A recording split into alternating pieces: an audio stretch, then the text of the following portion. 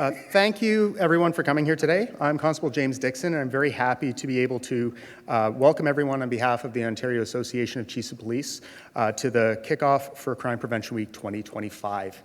Today, we're going to be hearing from Peel Regional Police Deputy Chief Mark Dupat, who is chair of the Ontario Association of Chiefs of Police Community Safety and Crime Prevention Committee. He'll be followed by York Regional Police Deputy Chief of Support Kevin McCloskey, and finally, Toronto Police Service Chief Superintendent Mandeep Mann. Additionally, we're very pleased to acknowledge Durham Regional Police Chief Kim Yendel and Deputy Chief Chris Kirkpatrick in attendance, as well as York Regional Police Superintendent and the team from Community Services, Sarah Riddell. Toronto Police Service Superintendent Anthony Paletta Unit, Commander of the Community Partnership Engagement Unit, and additionally in attendance we also have a Community Safety Analyst for the Ministry of the Solicitor General, Shamitha Devakandan. And lastly, we'd like to thank our friends at Crime Stoppers. I'll now be turning the stage over to Deputy Chief Mark Dupat. Thank you.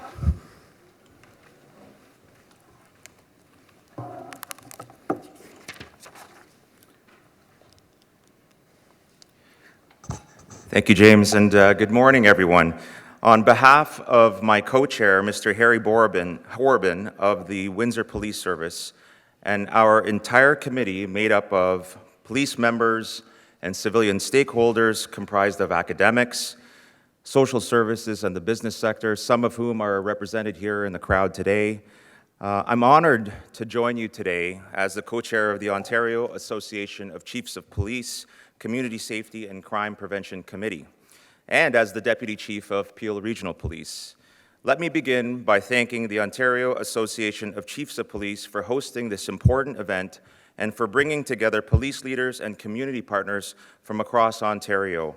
Your presence here today reflects our shared commitment to working together to protect Ontario, the very theme of this year's Crime Prevention Week. Crime prevention isn't just a one-week campaign. It's a core function of what we do every day. It's the foundation of what policing is all about. Preventing harm before it happens, and helping people feel safe where they live, where they work, and where they gather. This week, and every week, we are highlighting the power of collaboration and the difference we make when police, government, and communities come together with one shared goal. That is, a safer, stronger neighborhood. Across Ontario, police services are investing in prevention through early intervention, youth engagements, and partnerships that support our most vulnerable residents. This reflects our collective commitment to the community safety and well-being model, which helps us to identify local risks and address them before they lead to a crisis-driven response that our officers across the province are responding to at alarming rates. The commitment to this work is a force multiplier in ensuring that police respond quickly to emergencies and relentlessly pursue criminals, and in particular, those criminals that commit violent and serious crime. As the co-chair of the OACP Community Safety and Crime Prevention Committee, I'm proud that our work spans every region of Ontario, helping police services lead local initiatives that address today's most pressing safety challenges, from intimate partner violence and the victimization of seniors, and robbery prevention. At the heart of this work is personal safety, protecting people where they live, work, travel, and gather. We know that no one chooses to be a victim of crime, and that prevention starts with awareness, early intervention, and partnership. I'd like to bring this message closer to home with an example from Peel Region that truly demonstrates the power of collaboration in action. In 2021, Peel Regional Police saw a troubling surge in pharmacy robberies, an increase of over 238% over the previous year. The following year, incidents rose by another 400%, with offenders primarily targeting narcotics such as oxycodone, morphine, and fentanyl. These crimes placed pharmacy staff, customers, and surrounding communities at risk. In response to this, our Robbery Bureau partnered with the Ontario College of Pharmacists and the Ontario Association of Chiefs of Police to develop strategies that focused on prevention.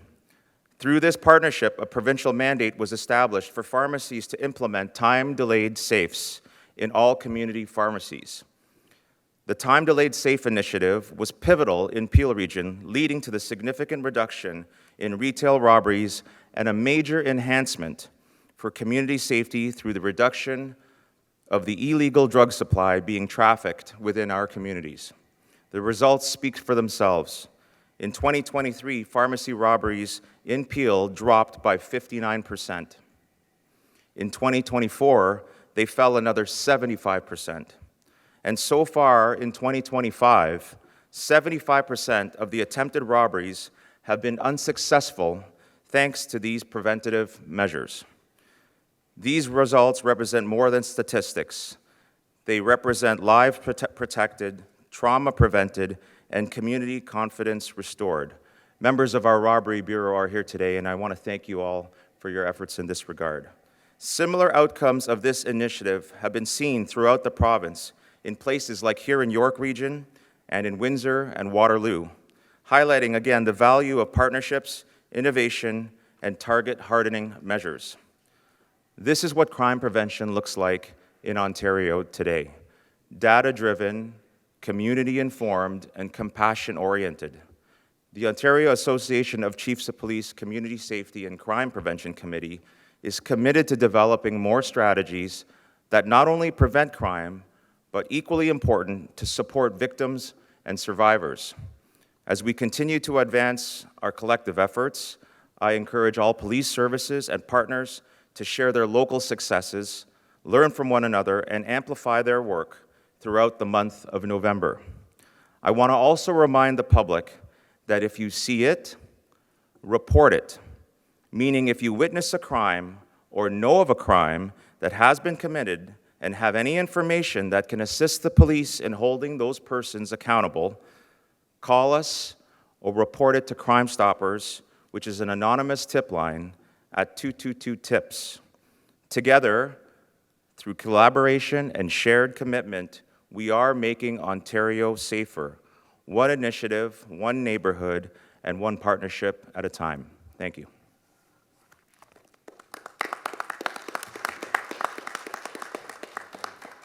Thank you, Deputy. We'll now be turning the microphone over to Deputy Chief Kevin McCloskey.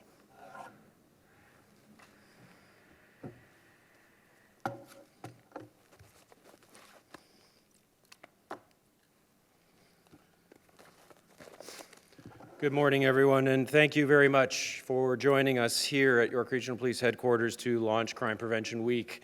It really is my honor to stand alongside our policing partners to discuss how we are addressing and combating the very real issues we are facing together. I understand, the expressed concerns surrounding the specific nature of some crimes that we see in our communities. Whether it be a distraction theft, an afternoon jewelry store smash and grab, or a break and enter, criminals are becoming bolder and more brazen. And it's because of that that I understand the concerns of our community members.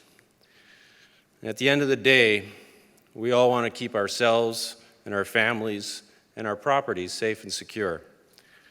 We should be able to enjoy the neighborhoods we live in without feeling like we need to look over our shoulder. At York Regional Police, we believe crime prevention is a shared responsibility. And while the police may take that lead, citizens do have the chance to play a huge role in preventing crimes from occurring. Much like a triangle, crime needs 3 points to connect. First, you need a criminal's desire to commit a crime. Then you need a target. And last, you simply need an opportunity. Eliminating each point of a triangle is an effective crime prevention strategy. And it begins with education and awareness, empowering all members of our community. And it starts in your neighborhood. Through mentorship, through collaboration, visibility, programming, and engaging with youth, we can put a stop to crime, before youth are enticed to commit the crime in the first place. Our youth engagement team continues to build bridges between police and youth because the youth are the people who are the future of our region. When it comes to preventing targets for crime, at York Regional Police, we're focused on target hardening, which is a protective measure. And as police services, we need to empower residents and commercial property owners to do little things. Because at your homes and businesses, it's all the little things you can do that make a big difference in deterring criminals, allowing you to safeguard yourself and your property. In fact, just yesterday, York Regional Police members helped host a community safety seminar in the city of Vaughan, where members of the public learned how they can use Neighborhood Watch to make their communities a less desirable target. Last week, York Regional Police launched its annual Break and Enter prevention campaign.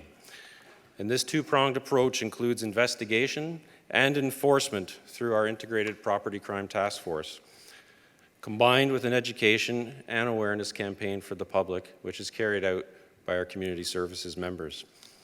So officers will be out in your community. They are out in your community, having conversations and distributing information flyers, teaching citizens important crime prevention strategies.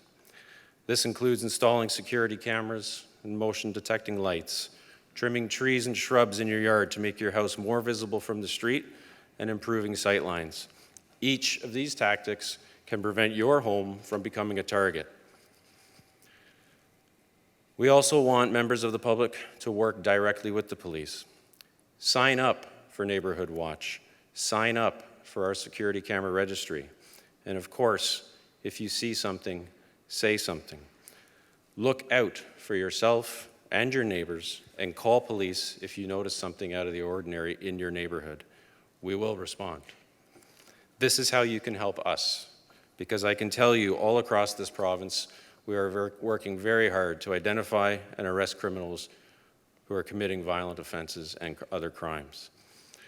Additionally, here in York Region, our officers have been working with developers and architects to use crime prevention through environmental design, known as CEPTED, concepts on new builds in our community.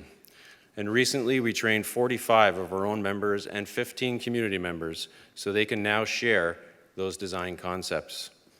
We also have a team working on Operation AutoGuard 3.0. I know you've heard a lot about 1 and 2.0. This annual campaign is focused on addressing vehicle theft in our region. Now in its third year, this campaign has resulted in a high volume of arrests and stolen vehicles, and most importantly, a drop in the number of vehicle thefts in York Region. Another component of this project is providing crime prevention education to citizens, including those who do not speak English, and we do this through translated handouts and translated videos. I want the public to be aware of all that can be done to stop crime before it happens. And we are fortunate to police in a region where our residents are engaged and receptive to the tips that we share.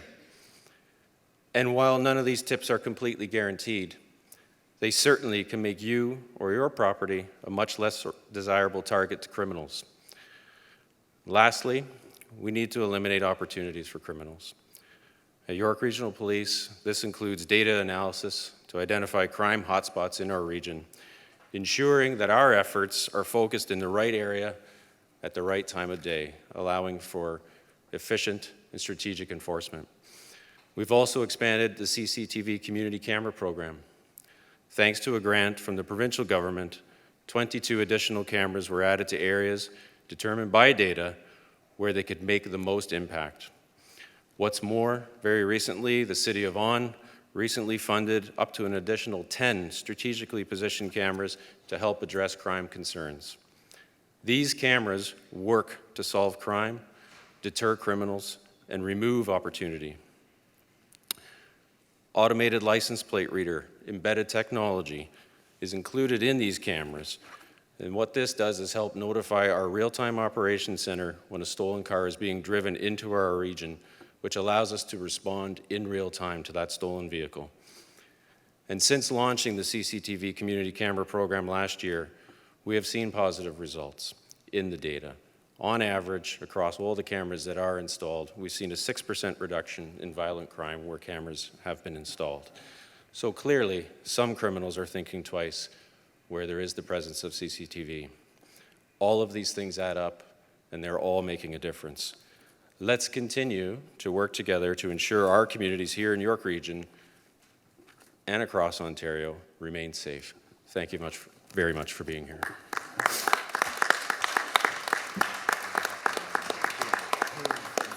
Thank you, Deputy. And we'll now turn the microphone over to Chief Superintendent Mandeep Mann.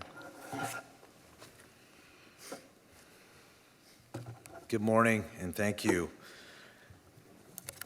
So on behalf of Chief Demke and the entire Toronto Police Service, we'd like to thank York Regional Police and the Ontario Association of Chiefs of Police for hosting this year's provincial launch of Crime Prevention Week.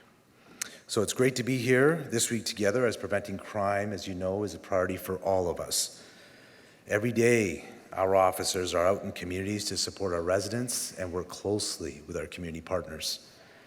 We know that our communities are impacted by violent crime. We know that.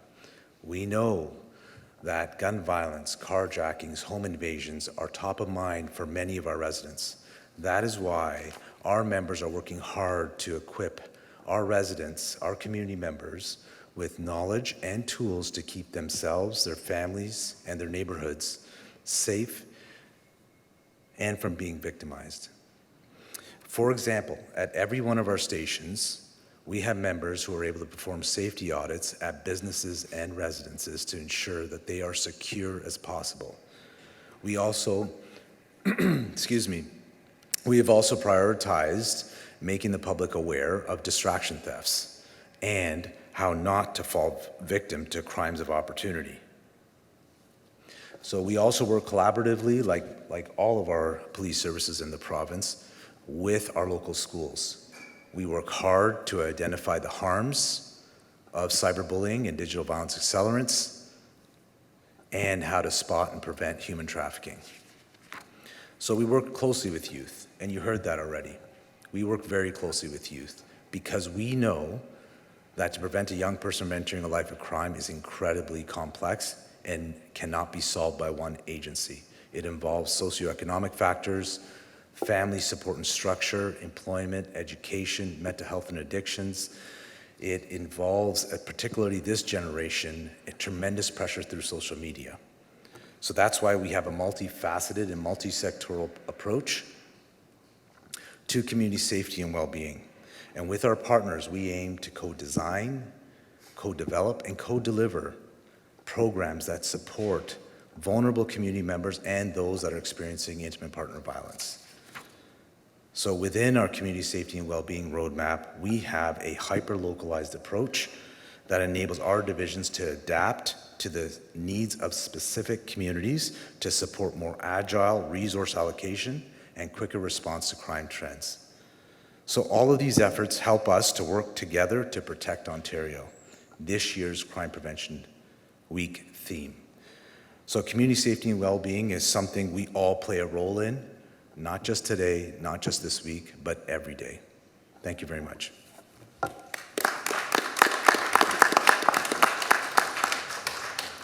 Thank you, sir. We're now going to be opening the floor to questions. At this time, we're going to ask you to please keep it to one question, one follow-up. You can attend the microphone that's over to the side. And when you get there, please state your name, who you're with, and who the question is directed at. At this time, we're also going to ask you to please keep all questions in line with Crime Prevention Week. Thank you. Good morning, and thank you for this event and the work that you do. My name is Rita Smith. I'm the editor of Taxi News. And I am wondering, given the omnibus bill that Ontario introduced in 2020, which downloaded responsibility for vehicle identification for all ground transportation to the municipalities, and the fact that Midland has just completely deregulated taxi, kind of opens the door for every small town and large town in Ontario to have unmarked cars regulated by no one, picking up people for compensation. And what is your organization doing to prepare for that?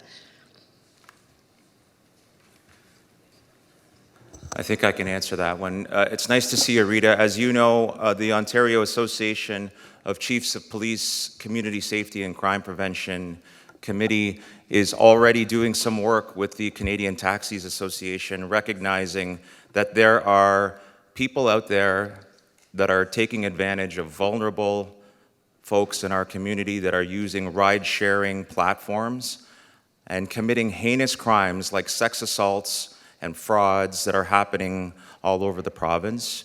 We're very hopeful of the work that we're doing because one of the things that's a major priority for us is advocating to make sure that there are stronger regulations to ensure that ride-sharing vehicles and alike are properly identifiable so that those that choose to use ride-sharing platforms are not victimized any further.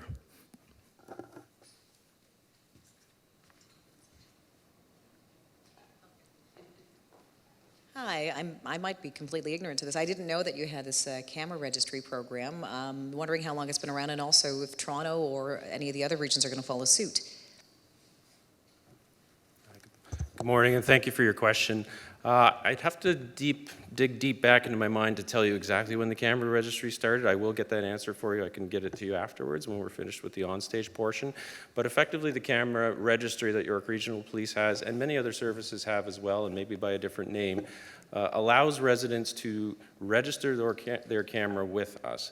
Now, it does not mean that we have access to your camera or can see what your camera sees. It just allows us to know that at 123 Main Street, a security camera exists. And then if and when a crime happens in and around 123 Main Street, as an example, we know we can reach out to that person who has registered with us, send them a digital link where they can then send us back video footage from their camera from a particular date and time that we've specified to them. And what it does is save us a lot of time from going door to door on foot and canvassing, trying to find homes and businesses that have cameras. So it is a good program. We do have a lot of people that are registered, but we can always have more. Ideally, I'd love to have every camera in the region registered through the program. And a follow-up question, which is actually not related to that, but you made mention of the fact that Toronto Police were able to do business audits to make sure that things were safe. Like if you're a business owner, so how would one do that? Because I don't think that's something that many business owners may be aware is available to them. Do they just call and say, I want to have the police come by, tell me how to secure my business? Like what do you do? What do you suggest happens in situations like that? Thank you. That's a good question. So, like I said, each of our police divisions, 16 divisions across the city, our members are able to go and perform those safety audits. We call it crime prevention through environmental design, CPTED for a police acronym.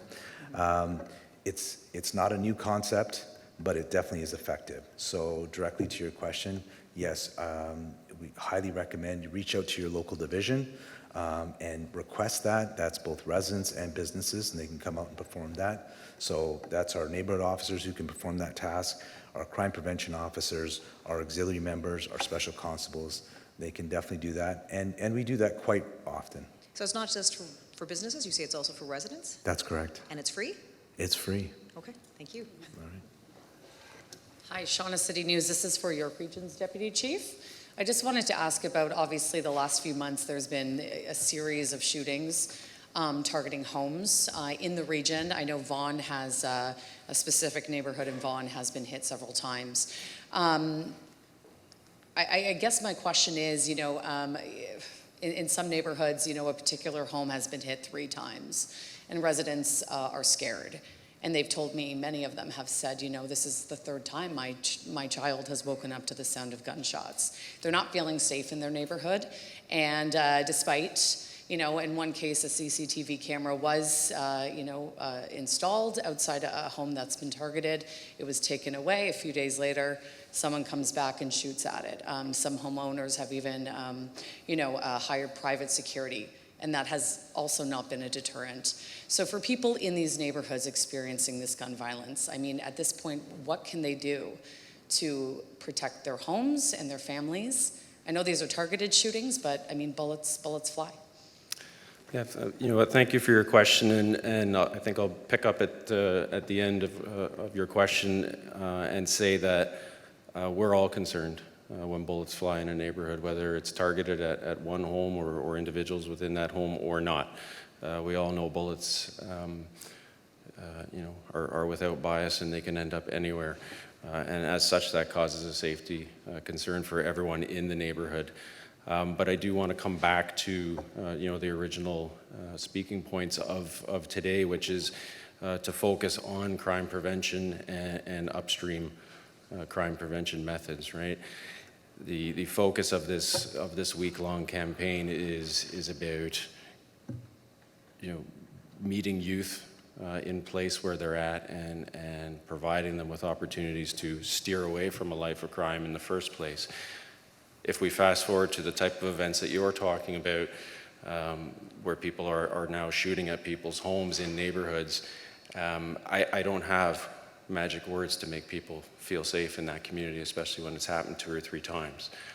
But I can say that many of the things that we are speaking about in terms of the neighborhood watch, in terms of having security cameras, in terms of us having CCTV cameras at your neighborhood, at the foot of your neighborhood or on your street, although not always effective, are certainly better to have than to not.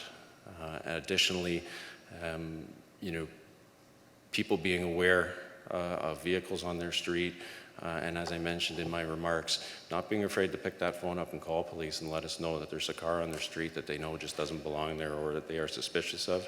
Please call. It doesn't matter what time of day or night. We are going to respond. We are going to attend. To sort of wrap this up, what we're talking about or what you're talking about is strategic criminal enforcement, right? Which is different than crime prevention, and I don't want to conflate the two. And just because we're here talking about crime prevention today is not to say that there isn't a whole other series of wings within this police service and all the police services in Ontario that focus strictly on criminal enforcement. Okay, just I guess a follow-up unrelated to this, though. We're heading into the holiday season. We know smash and grabs or retail type robberies, they tend to pick up. And we've also seen them throughout the year. People going to malls and stuff with their kids, they're kind of worried about this. If you talk to shoppers, they are always quite aware that, at any time a jewelry store could be hit with, these smash and grabs, and it's quite terrifying for the people, shoppers and employees. As we're heading into the holidays, are police working with malls, or how are we getting a handle on this? So you will see a presence, of police within a mall or in the neighborhoods around malls. But additionally, we are working with the realtors, why am I yapping here? Pardon me? We're working with the managers of the malls and the actual jewelry stores themselves to look at ways of target hardening their own stores, right? A mall typically has a very open, welcoming type of environment. There does have to be some consideration for jewelry retailers to consider what that looks like going forward, and is it a closed store with doors that open upon being buzzed in, etc. Stores that are in plazas are starting to look at that. They're installing bollards in front of their glass windows, because we've seen people just drive vehicles right through the glass windows to make entrance into stores. So again, there are things, much like Deputy DePatt spoke to with the pharmacies and time-delayed safes. There is work that the police can and will do with the jewelry store industry to make some suggestions about how they can make their stores, less of a target. Okay. Can I ask one more quick one? Just about the register your camera. I know Janice alluded to it, but any other regions doing this program, like the register your camera? There certainly are. I don't want to speak for my colleagues up here, but I'm seeing head shakes from everyone. At least Toronto and Peel and Durham behind me are, and I know through the committee that we sit on, I know that there are many more across the province that are as well.